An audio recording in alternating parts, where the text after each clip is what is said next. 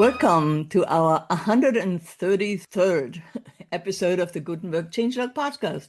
In today's episode, we will talk about Gutenberg 23.6 release and some WordPress 7.1, and that should be enough for today. I'm your host, Birgit Pauli-Haack, curator at the Gutenberg Times and full-time core contributor to the WordPress open source project sponsored by Automatic.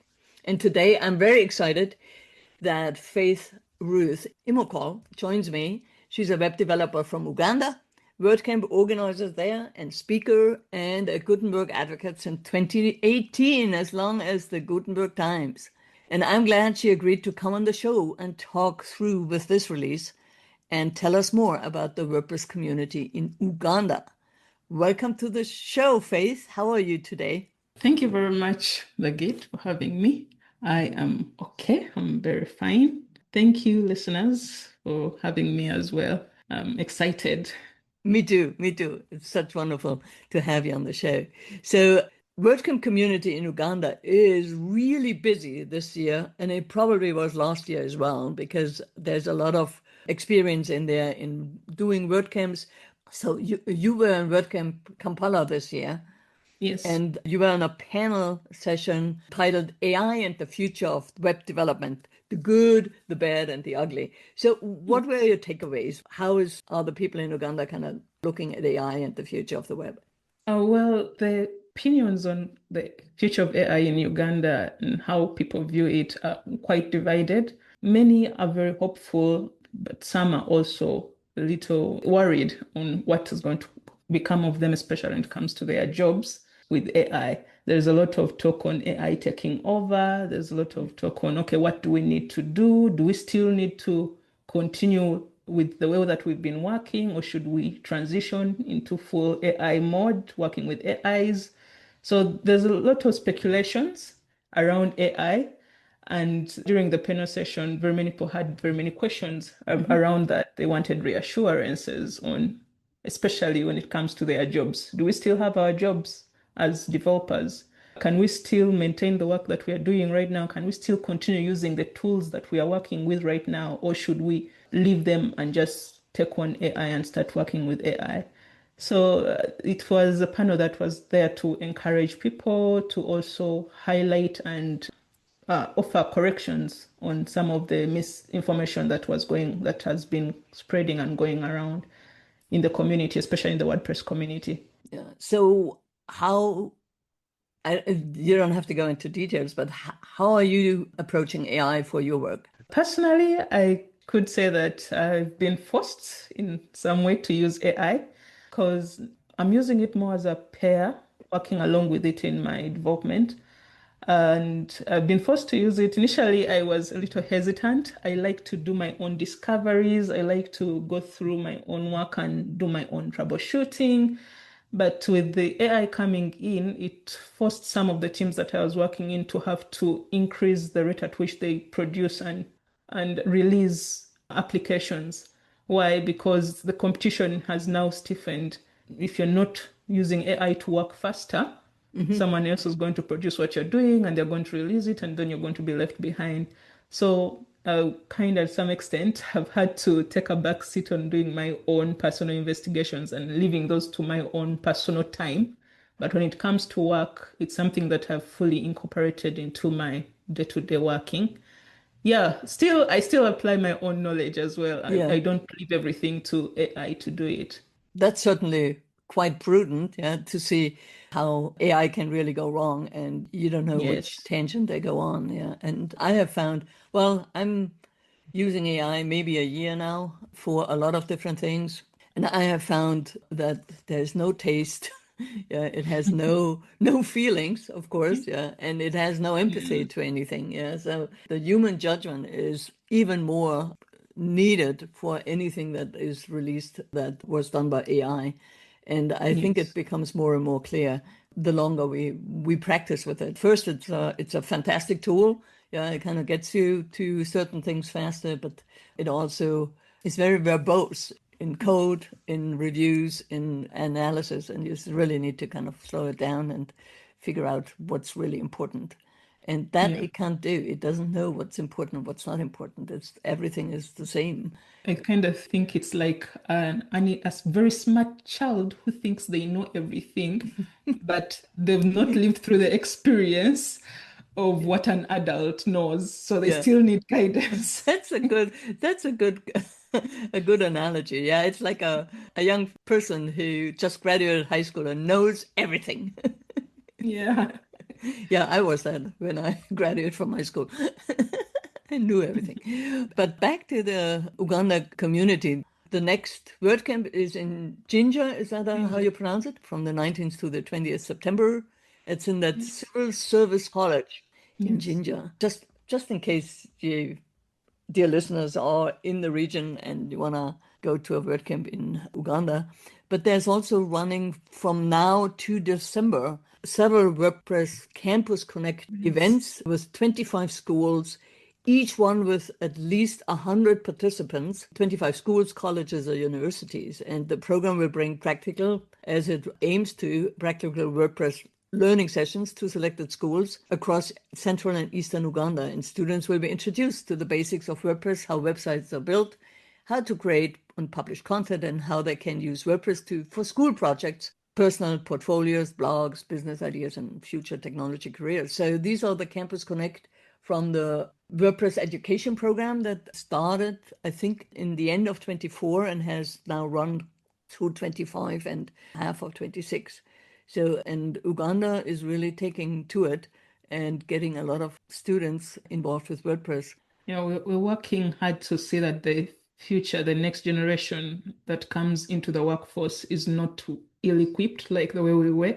Mm-hmm. So these programs that we're starting as the WordPress community are out to help the young generations that are coming in, for them to know the different skills that they can take on, and to know that there are different tools that they can also learn and that can help them.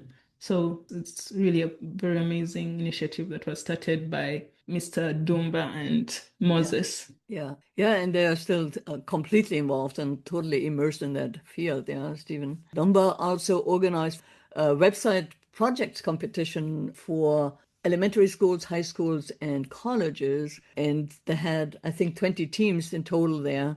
And then Yes. each team had to create a website for a community project that is local and was very important to the community, and how to communicate those problems and solutions.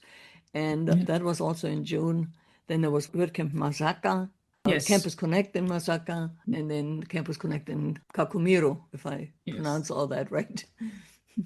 Yes. Yeah. You're trying. Yeah, I'm trying. Yeah, I'm not succeeding. Okay. But the quite your pronunciations are very good. Okay. Yeah. Yeah. So I'm really excited about what's happening on the African continent in the various communities. Uganda is one. I think another very active one is Kenya. And there was one in Rwanda. I don't know how active they are now. But yeah, I'm really excited about that. So we have a few announcements. 7.1 is coming fast. Today is July 30th. So in about 3 weeks, we will have a final release of 7.1. August 19th is the release date. And it will be released on the last day of WordCamp US. The Source of Truth, that's the book about things, yeah, that is published on the Gutenberg Times. This time it's about 39 minutes to read and 7,000 words. It's really an ebook or something like that. The table of contents, it's very detailed, so you can jump into the sections that you need. And the developer notes are coming out for those who need more technical details. And there were one from the client-side media processing, the text shadow support for global styles. The media library infinite scroll is coming back and is enabled by default, but there is a filter to disable it for those who need it disabled. And then there are now editable blocks inside custom HTML blocks. That's a very interesting construction. So if you're interested in that, we share, of course, the developer links in the show notes. There are some editor component updates that are interesting for those who are using those for development in admin as well as in block editor. And then a lot of people have been waiting for that part, registering and rendering SVG icons and icon collections. The developer note is out and it will come to 7.1. And then there's also a mid-width block support and background gradient block support. So there are some things for the global styles that are only available through the theme JSON. There is no UI yet for it because it just needs to simmer a bit and kind of brew a bit before the developers are thinking about the UI. Is there anything that excites you from 7.1 from these developer notes yet? Yeah, well, I really, really, really enjoy the new features that are coming in, especially the one thing that I've really been excited about is the collaboration tools. So I'm really looking forward to working more with those and seeing how they will help people collaborate on different WordPress projects. Yes. Yeah, yeah.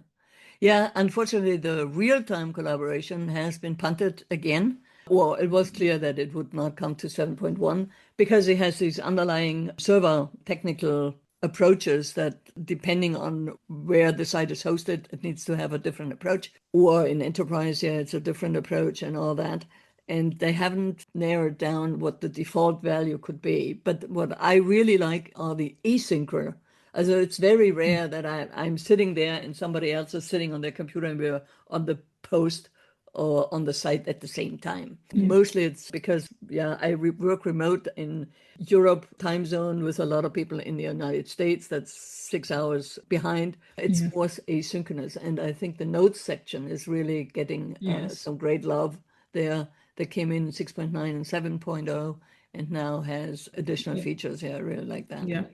I see it growing. I see it growing into something much bigger. So I'm looking forward to whatsoever is coming ahead. Yeah. Yeah, I could actually see that the current publishing flow at the official developer blog is that the writers do a draft in Google Docs and then two reviewers come in and help editing that or streamline it or shorten it or whatever, comment on it. And then the writer has to make all the changes after those feedbacks and then take the whole Google Doc and put it into a blog. So with the notes feature, we can cut out the Google section part because we can now comment on writing on the blogs. Yeah, we can mention people and we can resolve issues from the notes. So it's coming really close to streamlining our process. All right, what's released? WordPress 7.1 Beta 4 came out. That's the last release before the release candidate next week on August 5th. August 5th is also the deadline for the rest of the dev notes, the developer notes for that, and the field guide will come around that as well. And that's also the time where string freeze happens. Release candidate is still 14 days away. The translators need to get into it. So string freeze means there are no new strings that come in that need to be translated because the WordPress ecosystem has a huge army of translators. And by the time the release comes out, it will be translated into about 70 languages, almost 100% from the new release. And that's huge. But we need to give those translators a time on the polyglots teams to actually get it all in. And this is not a small release, although it wasn't a long pipeline there. Yeah, and if you want to test it, this is now the time to go to the Make Test team and follow the help test WordPress 7.1. It's also linked from the release post from the news section because it gives you opportunity to not only dive into the new features, but it also gives you instructions and a video and you learn quite a bit about it. And if you find things that are not right, you surface that. And that is not only surfaced for yourself, but it's also surfaced for millions of other people who are going to get this new version. And if you are fast enough and the problems are small enough, they might get into the fixes in before the final release. So if you want to help and contribute, quite impactful, help test WordPress 7.1. It's my call for action for this for this show. Did you get a chance to dive into some of the features yet? Yes, I did. I did try testing them as well locally. And it's really impressive. The work that is being put into this is very, very impressive. All right. So this brings us to the Gutenberg plugin release 23.6. And 23.6 is also the last feature release for 7.1. So everything that made it into the 23.6, almost all of it will come to 7.1. Everything that's enhancements in the next release will not make it because we are past the beta site. But all the bug fixes that you find in your testing and you report them as issues or on the support forums have a chance to get in. Yeah. So let's start with that. The first item that I want to point out is that you can now set the viewport for tablet and mobile values in theme JSON. What does that mean? So the Gutenberg plugin editor had hard-coded viewports for what's considered desktop, what's considered tablet, and what's considered mobile. And everybody had to work around those if you had a different idea about those viewports. But now you can just set the setting in your theme JSON for your theme, and then everything will fall into place. I think this gives us much more flexibility because initially with the default viewports that are set by WordPress, all sites end up having the same, could I say, breakpoints? Yeah. I think personally I refer to them as breakpoints for different screens, that is in mobile responsiveness. And this is going to allow us to be able to customize this to our own liking so that our themes can be uniform with can have settings that have been preset by us than having the default ones that WordPress has added. And I think as I was going through the changelog, I came through the discussion because the viewports allow you to set the tablet and the mobile view. And there was a discussion of what could happen if someone set the tab view to have a smaller, should I say, breakpoint than the mobile screen. What could happen by that? And it was quite interesting that at that point we revert back to the defaults. Yeah.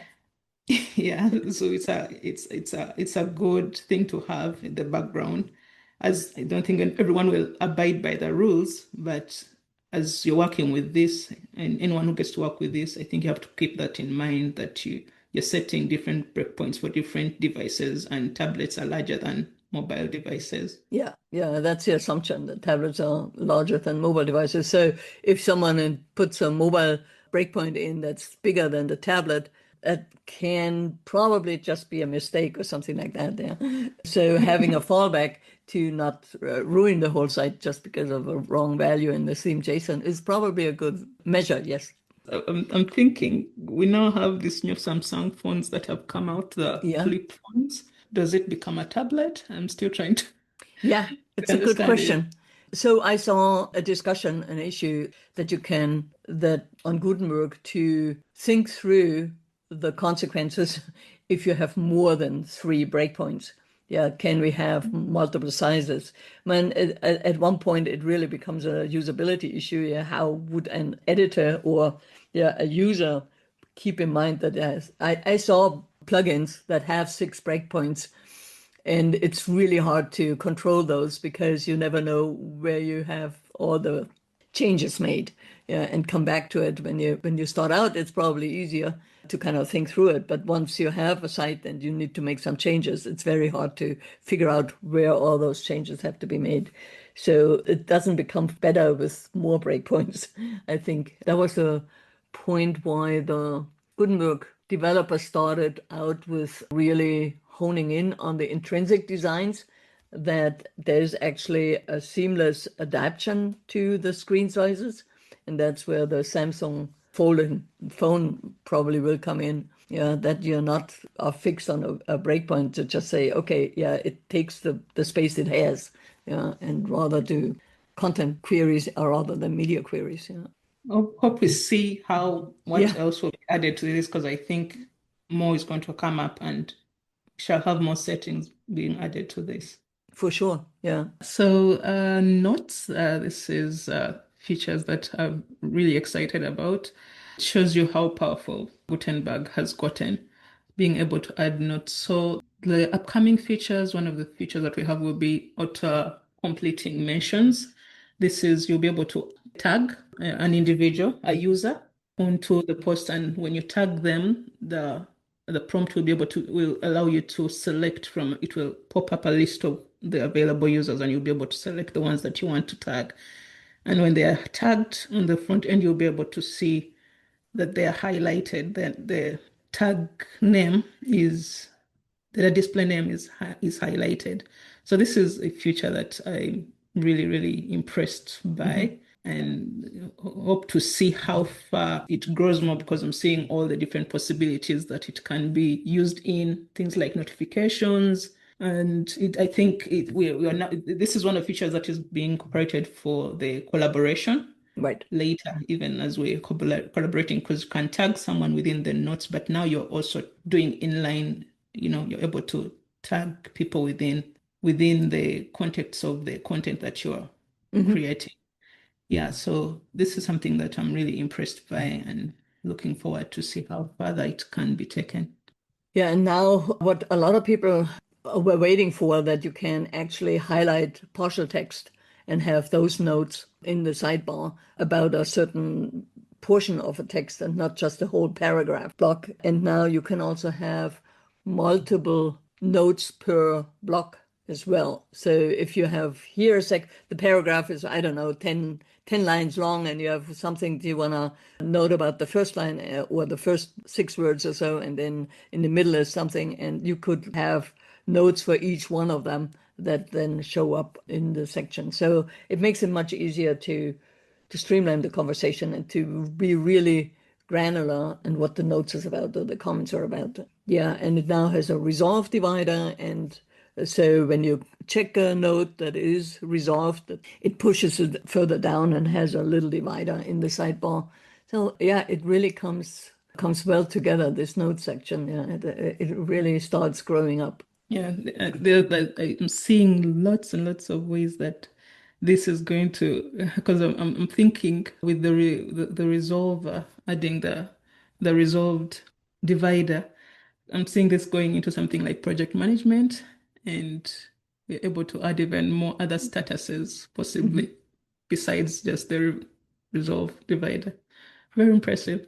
Yeah, I can see some plugin opportunities there to kind of collect all those and have a separate kind of setup for a whole editorial workflow, where the main editor just kind of looks through what are the posts and what are the comments, and you can see, okay, or you come in as an editor and see, oh, I need to go through all the comments where I'm tagged. Yeah, so these kind of things. I think that would be an interesting feature set to add to it. Not sure that Core is actually gonna aim for it, so that might be plugin territory, because it's a very finite use case for that. Yes.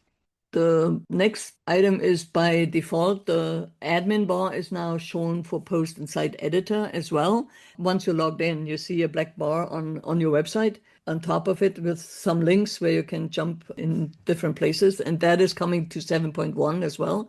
And now that admin bar has been streamlined and kind of combining the site editor navigation as well with the admin bar. And it's a nice feeling. It kind of feels now a little bit more consistent, and you can access the things that you could access before.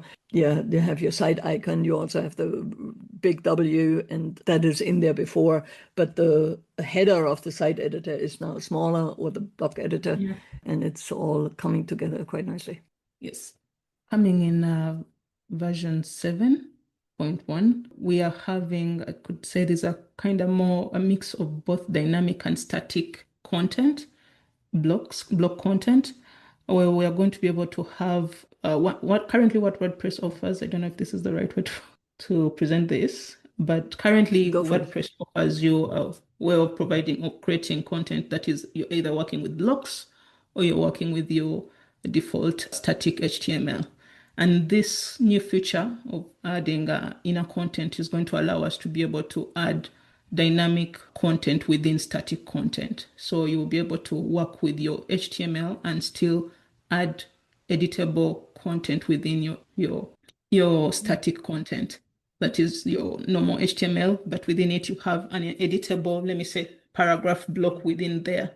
So the other content remains static, but within it you have your inner content. And we've been provided a new feature called inner content that we can use to set this up. Mm-hmm. That is, if you're working with, if you're writing your own code, you'll be able to add this inner content feature, and it will be able to allow you to create static content that has HTML blocks within it. Yeah.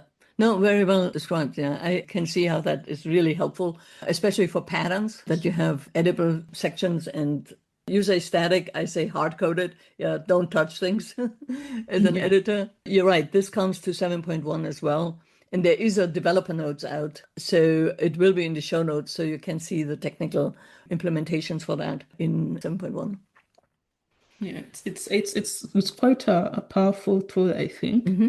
because I see it becoming also it's one of those features that I feel can be added onto in different ways, because you're now not just building something that is strict, but you can modify it to appeal to different scenarios and different use cases. As current cases, either you have one block that is doing one particular thing, but now here you're able to work with blocks and also normal HTML. So it gives, as a developer, I feel it gives me some power. I'm not just leaving everything to the blocks to be doing everything, but it gives me some power to be able to add different content styles. Yes. Nice. Yeah. Yeah, the next one is part of the icons API. Now 23.6 Gutenberg plugin now has PHP methods to render inline SVG icons from the registry. So that can also be used in PHP only blocks or in other templates and all that. So that also comes from 7.1 is the new API for registering icons in WordPress, SVG icons and icons collections that came in with 23.6. I can take the next one. Mm-hmm. Coming in 7.1. So we had some issues with the backgrounds in some of the blocks, that is the accordion, the post content block, the quotes block, the verse block. And in this, there were issues with the way the images were being handled. That is in the CSS, in the block CSS, which ended up blocking the gradient. It ended up breaking the gradient. So kind of could say that there was a conflict in how the background images and the gradients were being handled. So it was causing a bug with our gradients. So this has been fixed in how the background images and the gradients are handled. And so you'll not be able to see conflicts when you apply a gradient onto any of your blocks, especially the blocks that we have stated. That is the block quotes, accordion, the pull quotes, the verses, and post content blocks. Yeah, and actually this fix also gives you a totally new feature. Now you can overlay the gradient onto the background image, and that gives a whole new way of designing things.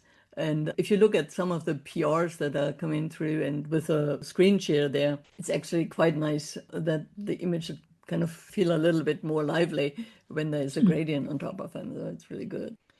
Yeah, the latest post block received layout and block spacing support. The latest post block was historically just a re-rendering as a block from the widget section of the WordPress prior to that, and hasn't gotten a whole lot of love after that because the query block is kind of also a latest block kind of thing. But it now has layout and block spacing support, so you can fit it in other places quite nicely. Speaking of the query block, it now has an option to exclude the current post from the query block, from the list of blocks, so to speak. So this gives a better feel for your single post template, where you can say, okay, so this is the post with the post content, but then underneath you can add a list of blocks from either the same category or for the same taxonomy and exclude the current block. Up until now, it would always also render the current block if it had the same taxonomy. So I think that's a feature that a lot of people actually were waiting for. It sounds so minuscule, yeah, but it's actually pretty powerful. So we have a new feature that has been added to the cover block, and this will allow users to restrict the kind of videos that they want to be added to their cover blocks. Currently what we have is that WordPress has a variety of different video providers that you can embed into your cover block.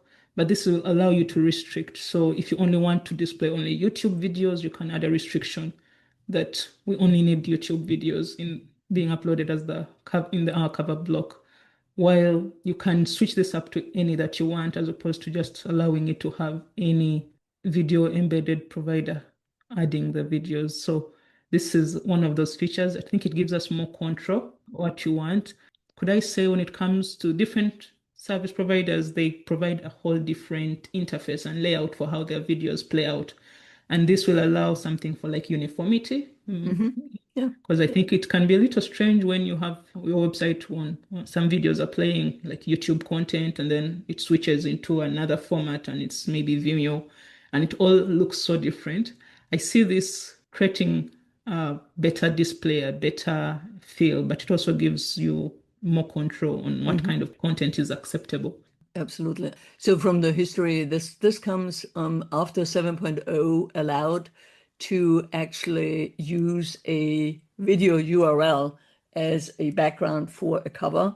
And after that was installed, there was quite some feedback from the community, especially the agency community and the enterprise level, where they say, okay, I don't want people just have video embeds from outside of, especially those that are in restricted industries. They are regulated industries. They cannot just have willy-nilly URLs they're playing on their website. So they needed a way to restrict the video providers or even restrict that feature altogether. So this is a reaction of all the community feedback that came in to provide that. Yeah, speaking of video, the new client-side processing now also has a way to convert the GIF, an uploaded animated GIF. We know them from the 90s, right? But some of the screen recording features also do animated GIFs. And when they have one problem, it's nice for smaller things, yeah, for 1 second or something like that. But if you have a longer GIF, you cannot control it. You cannot stop it. You cannot do anything. So some people want to convert that to a video. And now that feature is coming to 7.1, but it's also made opt-in.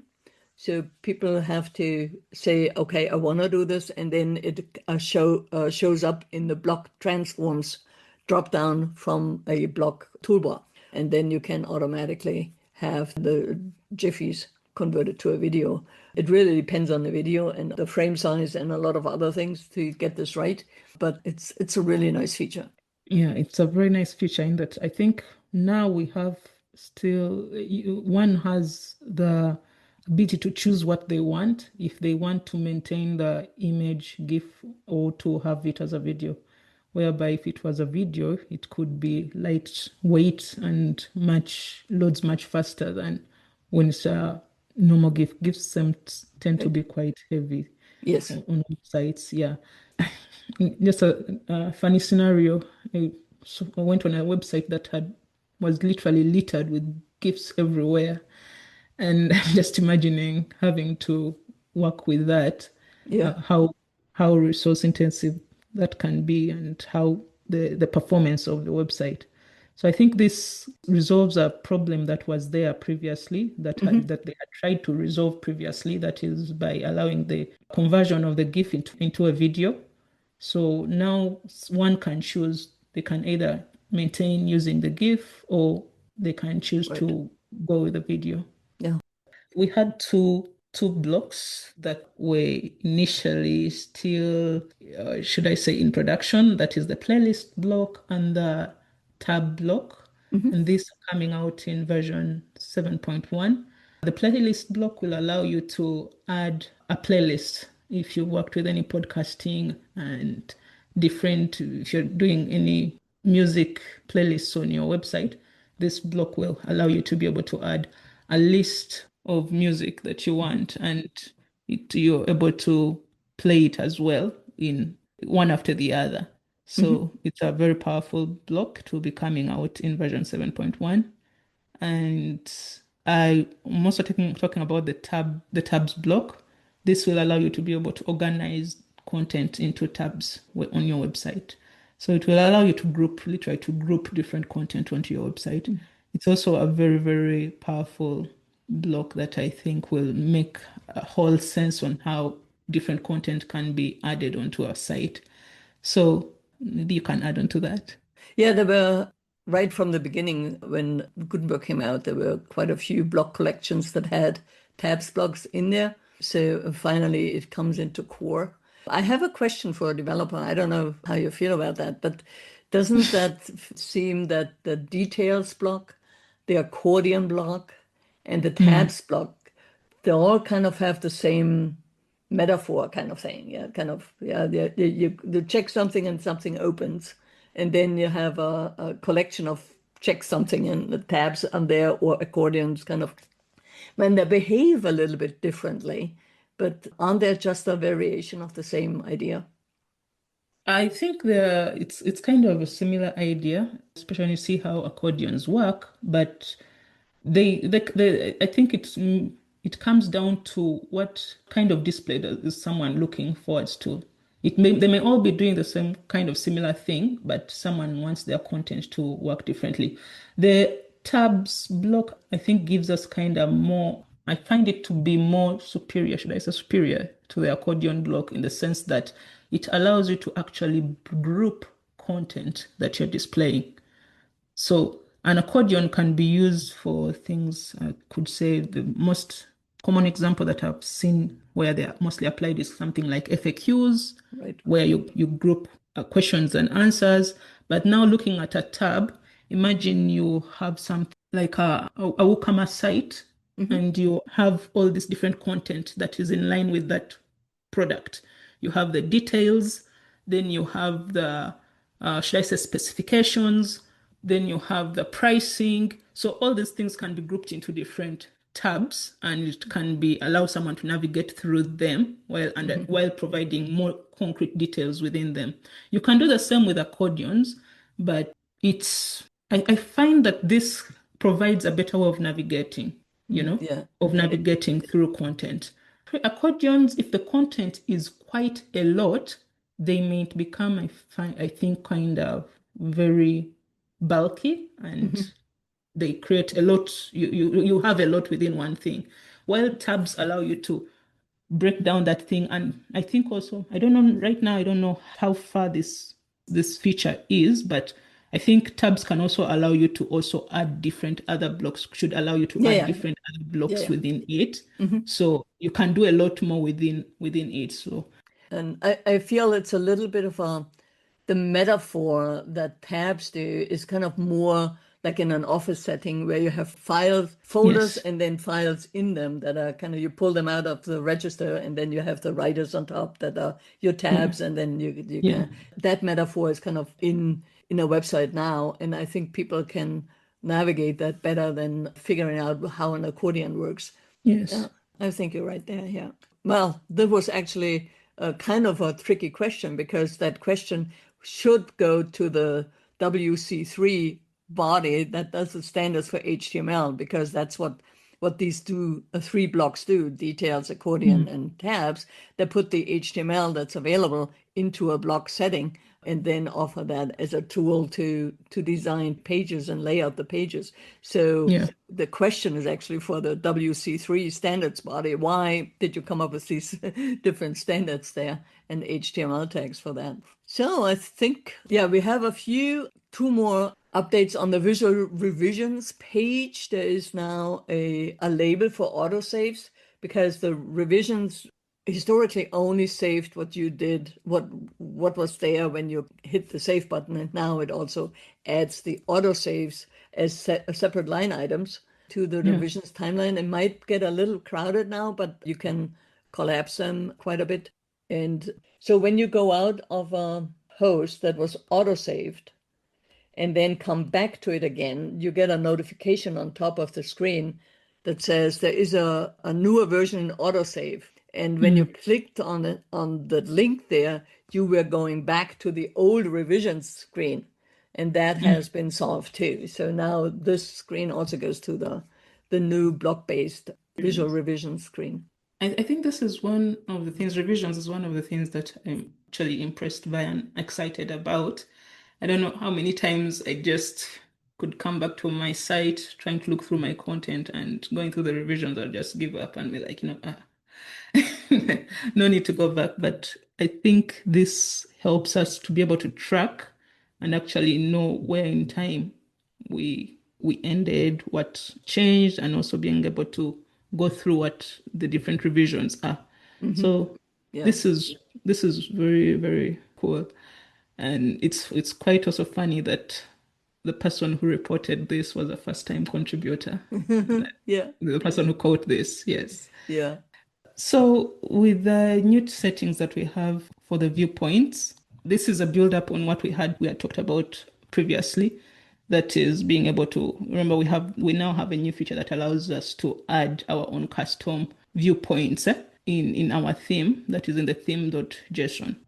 With the new states being for either the viewport states or the pseudo states, which is kind of hover and action on that and active. What didn't work was that when you changed the color, you didn't get a notification that your color choices didn't adhere to the contrast for accessible websites. So, and normally when you change the color for the background and for the text, you get a little warning that this is not contrast rich. You better check your color settings. This feature wasn't working for the viewports for the mobile or tablet or for the pseudo state. So when you change the styling for those states, you didn't get the warning. So, and that has been rectified with 23.6 Gutenberg, and it is actually a nice, I would say, bug fix, but it's an enhancement because it was something that wasn't there before. And I think the next one, we already talked about the inner blocks and the custom HTML block. I think we're going to skip through that. This is just, I think, add up to what we had previously, Right. because now you can add this when you're developing, writing your own blocks, you can add the inner blocks feature in your blocks as well. Yeah. Yeah. And feedback was for the block visibility. Now you actually have a setting in the theme JSON to opt out. So your editors wouldn't be able to change the block visibility on any of your blocks. There's a new theme JSON property there. I think some people wanted to kind of look at that and have that available. The next issue, we have enabling text alignment to be set by view state. So this will allow you when you're setting up your text and you're aligning it, you can have different alignments based on different viewpoints. You can choose to, let me say, left align on the desktop and then right align on your mobile or on your tablet. So this new feature will allow you to be able to set up different alignments for different viewpoints. Yes, I really like that because sometimes you have a text as in, that might be nice in centered on a mobile, but it on the big screen you just can't read it. Yeah, so you want it left aligned or something like that. The next one is an enhancement to the grid block. Sometimes we use the same terminology for different things. I just need to make sure that I'm looking at the same thing here, that it's about the grid block. So there's now an option to stretch the columns with an auto fit for better layout flexibility. So it's adapting to the screen if you wanted to, or you can say I have a fixed column width or fixed relationship to the other columns, but now there's also that option to stretch the column with auto fit. So with the new icons feature, we now can group, should I say, we can group the different icons into different collections. WordPress is offering us a way of doing this, and they've given us new tools, developers especially, to be able to create different groups for our icons. So you can group your icons. Maybe these are WordPress icons, these are font awesome icons, these are whatsoever different place where you're picking your icons from. So you can group your icons. This is a very nice feature, I think. It will be able to allow you to streamline so you can pick from one collection over the other. But this is one of the features that is coming in together with the updates that are being done to the icons. Exactly, yeah. In the same vein now, developers are really happy about that they can now use digits and underscores in icon slugs.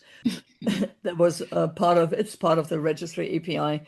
And in 23.6, those things were added to the API for coming into 7.1. Yes. So I think when I go through the rest of the changelog, I think we are through with that, what we talked about, but 23.6 again had about 400 PRs in there. And I'm really happy that the show is not more than an hour or so, because we could kind of go on and on and on, a lot of things in there. For listeners, when we do the rundown, it has 38 pages, and we're kind of skipping over 30 of those. So there's a lot of work getting into WordPress 7.1, especially because the 3.6 release of Gutenberg was the last one. So everybody wanted to kind of get stuff in. That's why it's so exploded. But it's mostly bug fixes from things that were in before. So we are not talking about those here. But make sure that you read the release notes that are on the Make blog, and then, yeah, there's a lot of information coming at you for 7.1. So carve out the time to study some of that are really important for you. One of them I wanted to highlight is on the Gutenberg Times. There is a blog post about how to approach the iframe editor for the post editor. So the iframe, that every block editor is now going to be loaded in an iframe that has the advantages that other design and artifacts from the admin page do not creep into the editor. And that has been done in the site editor, template editor, and the pattern editor since 2021. Only the post editor, that was the first one that was a block editor, was still loaded in an admin page. And now with 7.1, the post editor will also go into an iframe. But with the history of older blocks and older block collections, there might be some quirks there. The rule of thumb is if you load your block in the site editor, in a template or something like that, and it works, then it will also work in the post editor with no problem with the post editor iframe. If you see quirks, you probably, and the article is for developers, and it goes through, okay, what were other people doing with the post editor that might not work with the iframe? And it goes through all the different scenarios and how to fix them or how to alleviate them. But there's a lot of anxiety, but I have yet seen blocks that break in the iframe. But I only have a certain viewpoint there. I only use certain things. I'm gonna put the live stream YouTube video as well as the link to the article on the Gutenberg Times into the show notes so you can all follow up on it. All right, so you made it, Faith. Yay, congratulations. All right, dear listeners, as always, the show notes will be published on gutenbergtimes.com/podcast. This is the 133rd episode. It's 133 is the episode number. And if you have questions, suggestions, or news, just send them to us in the changelog@gutenbergtimes.com. That's changelog@gutenbergtimes.com. And thank you, Faith, for joining me for the first time. You did an awesome job. Thank you so much. And I hope you come back. I didn't scare you away. Thank you too. Thank you too. Thank you for having me. Oh, absolutely. Absolutely. We have fun. Yeah. Thank you for listening, dear listener, and goodbye and to the next time. Bye-bye.